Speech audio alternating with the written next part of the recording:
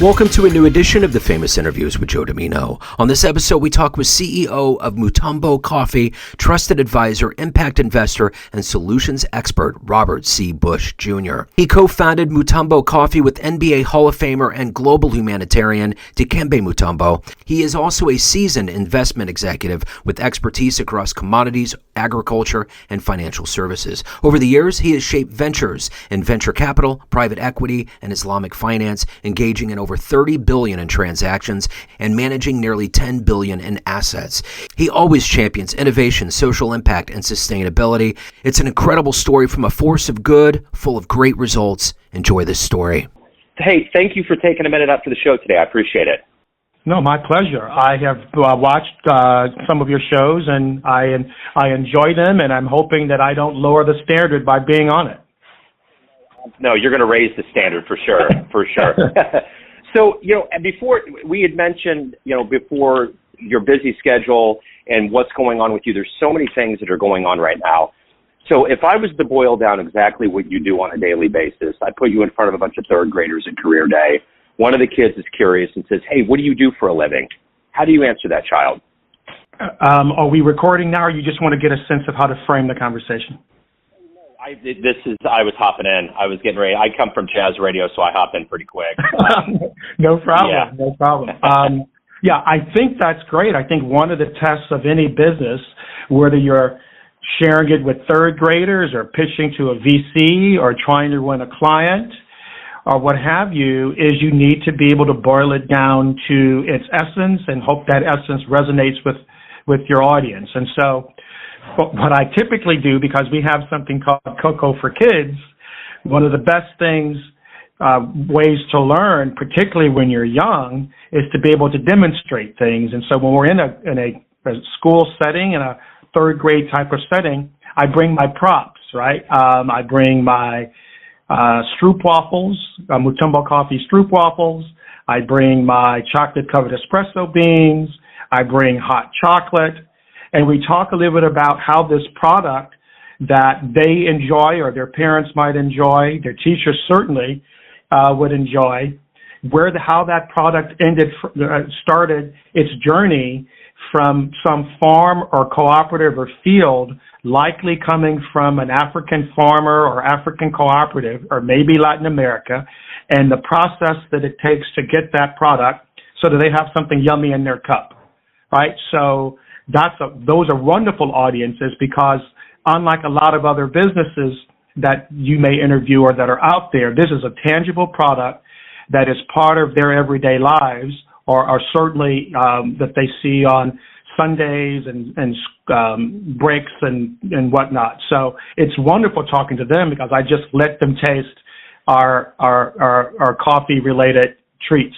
My son is 20. He's on the spectrum, and I mentioned that you were the CEO of a company with a former NBA star, and he was ecstatic. So I could only imagine if you went into a room and explained to the kids, kind of the way the company works. And the beauty of it is, on paper, they get excited about the NBA aspect of it. But for me, I'm thrilled to think that these beans are being cultivated, and there's such a humanitarian mission that goes behind it. Absolutely. I think, there's the superficial sort of output of anything.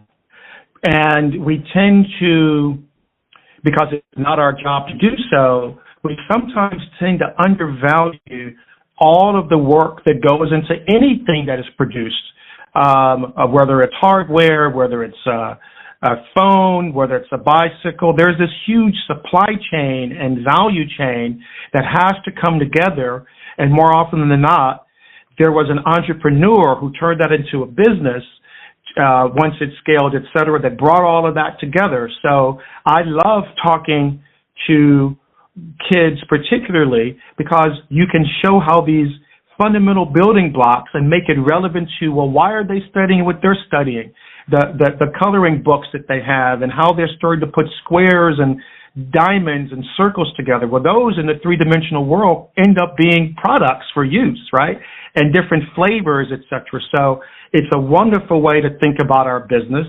And I think that a lot more entrepreneurship and innovation could likely occur if we, in fact, took the curious mindset of an experiential learner like a typical third grader.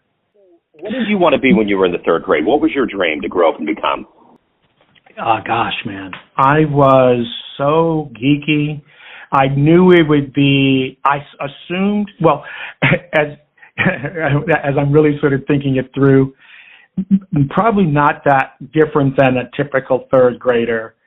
I certainly wasn't thinking about the humanitarian aspects, which I know we'll get more into during the call. But, you know, you would see someone if there was a moon landing, or, you know, I was born in the 60s, right? Or if you would see a great speech from Martin Luther King, or you went to a great sermon in your church, or you're watching basketball and you see a great dunk on the television. All of those things, because our minds are just so spongy at this point, we go, gosh, I would love to do that. And we don't know whether or not we have the capability yet. We don't really understand the work ethic and the talent required necessarily. So I'd have to say I probably went through a dozen in the third and fourth grade of career choices and opportunities. All I did know, and this is something that's been a theme throughout my entire life, and which is why I chose to go to a liberal arts school first. I always felt, and I was always seeking, what is the underpinning theme and threads that run through everything, right? I was always trying to sort of figure out, why does that not make sense yet, or how to make things make sense? So it was the cool sort of stuff that would pop up in my world of cool people doing great stuff, but there was always this very fundamental truth that I was seeking to try to understand how things work. And having those building blocks, I knew I would be able to experiment and then come up with something great. And so when I sort of think about your question, and then here I am, 55 plus years later or so, it's no wonder that I took the learnings that I got from a liberal arts education, then moved into law, then moved into investment banking, then moved into venture, then moved into building businesses and helping run those businesses, all with this purpose of actually trying to make the world a better place. The thing about being an entrepreneur and with what you're doing, and you've kind of explained your career arc to a certain degree, is there's risk that's involved. What is the biggest risk that you've taken in a professional business sense? Well, it's there was a famous quote from, I forget who it was. It was, maybe it was one of the Secretary of States that talk about the known risks and the unknown risks, right? And always trying to sort of calibrate that. So what I have learned sort of looking back, particularly in the professional context, is there are risks everywhere, and trying to assess them before you make a move, that's not the way to go. And when I think about professional risk from a legal perspective, a good lawyer, their job is to always try to figure out ways to, whatever those legal risks are, or those compliant risks, or those regulatory risks, figure out how to mitigate, right? Whether it's in investment banking, where you're looking at the financial risk, and you're trying to look at the interest rates and volatility risk and pricing risks, et cetera. So every profession has these risks. And again, going back to my previous comment, what's the underlying element of that? It's around the framework by which you will both assess but mainly mitigate, because there's always risk, right? We went through, when we started the company with my partner, Dikembe Mutombo, who has recently passed, we had no idea what the unknown risks were going to be. When we assessed taking his passion for Africa and being the son of the Congo and my sense of purpose, and we brought these two elements together, we thought we understood sort of the risks of international trade and the risk of looking to sell coffee, but the unknown risk that the whole supply chain would come to a halt in something called COVID, right? It's tough to do international trade in Africa in the best of times. Now try to do it as a startup with COVID. When we launched in 2020, our first objective and client was to do things with the NBA. But guess what? No one was going to a basketball game. Everything was in Florida because everything was, on lockdown, et cetera. So from a professional risk perspective, assume there are going to be shocks. You don't have to be a soothsayer or a fortune teller to understand that the world is always going to change. So what your business models, your professional approach is just assume something's going to happen and then figure out how you're going to try to mitigate these sort of unknown, macro, but inevitable kinds of shocks to the system. So, that's how we've approached it. And by approaching it that way, where we can't identify the shock in a year or two, or the role that the new president is going to play on international trade or tariffs, et cetera. But in your model, make sure you build resiliency. Make sure you recognize opportunity costs. Make sure that you are adaptive to the environment. Make sure you're prepared to stay positive so you have emotional resilience as well. These are the fundamental things. So regardless of the professional risk, come armed with those mitigants, and God willing, you'll be fine. So at the end of the day, when you look back on your life and your career specifically, who's been that inspiration, that hero for you? I have so many, Joe. There's just so many, and I take inspiration from so many places. And going back to your third grade question, you see an astronaut, you see a basketball player, that teacher that said something funny, my father who was a firefighter, my mother who worked as an assistant to the mayor who's trying to do things in our community. I'm pulling and assessing all the time, even from early on, trying to figure out all of that. So I've got this wonderful sort of amalgam or tapestry of influences that have helped form me. I have to say, and this may sound a little bit simplistic or naive, but I think my ultimate inspirations, and it becomes even more pronounced in times of when COVID, and particularly when you're focusing on social missions and whatnot, is I tend to sort of look for inspiration from spiritual or biblical figures, right? Because they have set such a high mark. I am no Gandhi. I am no Jesus Christ. I am no MLK, right? But I see that greater sense of purpose with people that are really focusing on things as tangible as they are, that are greater than themselves. So I have an archetype, I think, of, what it is that I'm trying to do in my life, and I draw from different people who have manifested that archetype. Wow, what a wonderful answer, man. So let me ask you this.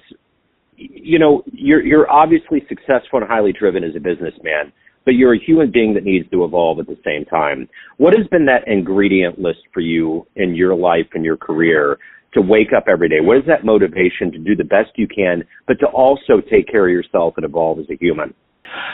That's a great question, because often, business school students and others will go, so what are the 5 steps to success? And there's, you've got to set your goals, and you have to have an action plan, and you need to be resilient, and you have to be adaptable, and you need to stay positive.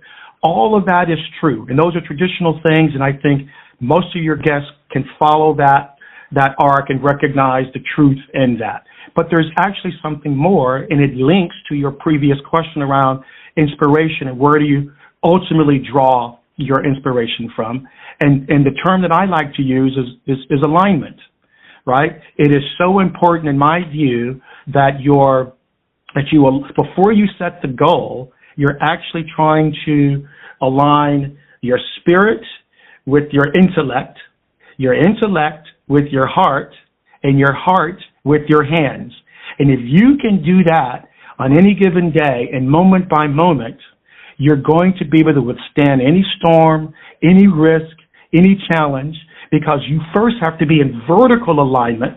If you notice, it actually goes from north to south. That's how I presented it, right? And if you can get your vertical alignment, all of these horizontal shocks that happen across time, you should be okay with. And so I start my day with a prayer. I end my day with a prayer and often gratitude. Sometimes, as being a human, it is a lot less gratitude when I've just gone through some ringer of some kind of challenge and getting stuff done. But my motivation comes because I'm hoping that from that fundamental assessment and of my alignment, I am ready for the world. So let's say you have a dream tonight. You run into a much younger version of you, an 18-year-old version, and you can give that version of you a piece of advice based on this life you've led, the wisdom you've accumulated over time. What advice would you give that young version of you?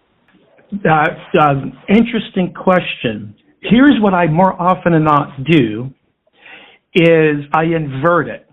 I have to remember at 58, soon to be 59, to not lose that curiosity of the third grader.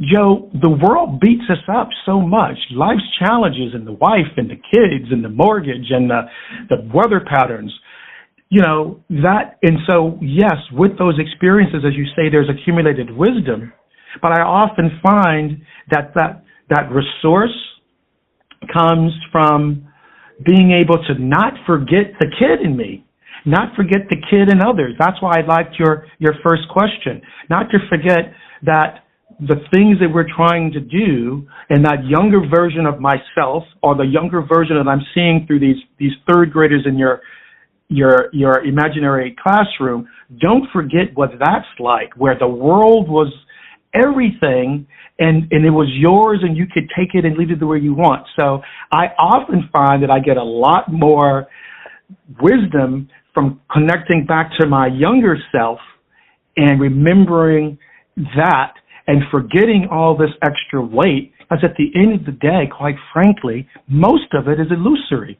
Most of it is going on in our heads, not the reality of it. And when I was a second and third grader, I didn't have all these competing things. I was just excited to shoot a hoop or study for my exam, to keep it much more simple and much more contained. Now I'm blessed because I had both parents, that put me in an environment where I had the luxury. When I look back on my childhood, I was told how great I was. I was given resources. I was given love and support. So I actually tap into those feelings and that mindset more often than me trying to tell the third grader. That third grader in me is actually able to help me get through challenges. So of all of these things that you've accomplished and evolved into in your professional career and life, what are you ultimately the proudest of? You don't write your own biography. You don't write your own epitaph, right? I don't know. I really think that I just try to, through the humble plans that I have, to take our coffee, to create impact with our farmers in Africa and Latin America, to create value chains that can get that coffee to the third graders and the business people and all the markets that we're trying to go into, and then convert that into something that has lasting social impact. That is really not for me. I'm just too busy in the weeds, man, making sure that deliveries get done and our customers are happy and the coffee gets to where it needs to be. Maybe at some point, I'm not that old, Joe. It's maybe in 10 or 15 years I'll start to think in terms of legacy and stuff. Right now we're in the middle of the soup, man, and I'm going to hopefully my clients and my customers and friends and businesses, we just had there's been a homecoming for President Carter, and many will say on a professionalist president he was wanting, but the longest standing ex-president and the things that he did far outshadowed the 4 years that he was in. So I'm not dead yet. I've got a lot more to do, and I'm hoping that the world in some way will recognize what I've tried to do and let them tell my story, and I hope it's a positive one, right? With my chairman passing, my partner, Dikembe, he had a wonderful basketball career, but I can tell you what he achieved post NBA Hall of Fame the impact that he had with his foundation and his philanthropy and being a global ambassador, and the work that he did with the Special Olympics and the work that he did with the State Department, and all of these things, which he did not do in front of a crowd that was and dunking balls, etc. That's a wonderful life. And so he has certainly, his DNA is certainly embedded in our business. And, I'm hoping that in some small way, when it's my time to go on, that you and others that monitor our work and track our work will be able to say similarly positive things. I'm so glad you brought up that angle on Special Olympics, because I'm going to really talk to my son about you and the coffee and what you're doing, and the fact that he was so integral in that, because I've been doing that my whole life. I'm always grateful. Even in Kansas City with all the local athletes that come out, I'm always very cognizant to go up and talk to them as human beings and make sure that they understand that on a cellular level, to do that, to open that door up to these kids, to feel included and to feel like, they belong on this planet is such an indispensably good thing to do. So I'm very grateful for that. You may have just written. Yeah. You may have just written something I would love to be in my story. I love that term, indispensably good. It would be a wonderful 2 words that could be said about me. I don't think it's there yet because it's still a work in progress. But yes, I like that, and that's something that I'm certainly trying to attain. And I feel that emanates from you for sure. So let me ask you this. You get the chance, you had mentioned before we got on here that you're going to be going to New Orleans for the Super Bowl, and there's other events that you get the chance to go to. I'm a sports fan myself. I've never been to a Super Bowl, and I've never been to these big events. Do you ever get desensitized going to these, or do you just kind of close your eyes and take a breath in every time you get the chance to be close to something that big? How do you process that? That's funny. Yeah. Well, one, I think it helps to be incorrigible, right? I don't sort of get that seduced by anything. I've been very fortunate in my career in life. I spent almost 20 years in Dubai, early 2000s, to advise the Prime Minister of the UAE, work for the ruling family of Dubai, and in some small way helped to create sort of what became Dubai Inc. and all the fancy things that you see there. And so that's very heady stuff. But, I'm one of the geeks in the room that, that has to try to execute the vision of a leader. It's no different than, I guess, here in the United States. You're the agent of the star. You're not the star. The reason why I'm in these environments, whether it's a mega event like a Super Bowl or a celebrity golf tournament, is I'm there because I have a purpose in order to share our mission through coffee and demonstrate that something as humble as a cup of coffee can have a global impact, and for us to be mindful of what we're consuming and show how we can, through our coffee, enhance that activity, right? Whether it's the golf tournament early morning before the shotgun start, you need some caffeine. Whether it's in the office where you're trying to get through that afternoon slump and you need some coffee, or you want coffee as a conduit for conversation. It's a catalyst for creativity, right? So I never get desensitized. One, because when I'm going to most of these things, I'm either serving coffee or talking about our mission or trying to figure out how we can support the environment that we're in. And so going there, it sounds kind of sexy and cool. I'm not sitting on the sidelines watching the game. I'm usually in a corner talking to perhaps a corporate titan or a small business, trying to figure out how we can get our missions aligned with what they're trying to do. And so that's usually, it's usually pretty, often can be very stressful and quite busy and not as enjoyable as I think a lot of people would think. So at the end of the day, if anyone out there wants to reach out, they want to learn more, they want to get the coffee, see any of the good work that you're doing, where's the best place for them to go? Well, one of the things, so Mutombo Coffee, of course, www.mutombo, Mutombo coffee.com. So that's our website. We also have a small presence on Amazon. Amazon can be tricky because it makes you sort of, even when you put in the name, you still have to get through the sponsored ads and whatnot. But what I've also done for your listeners is we created a code for you. It's Neon Jazz 15. And so if someone does want to go on the website and they type in Neon Jazz 15, I'll also send this to you because I don't know when you're going to this is going to go public, etc. And we will, if they put that in, we will add a special gift for your viewers to say thank you for allowing us to be on your show. So if they go to the website, certainly use their code.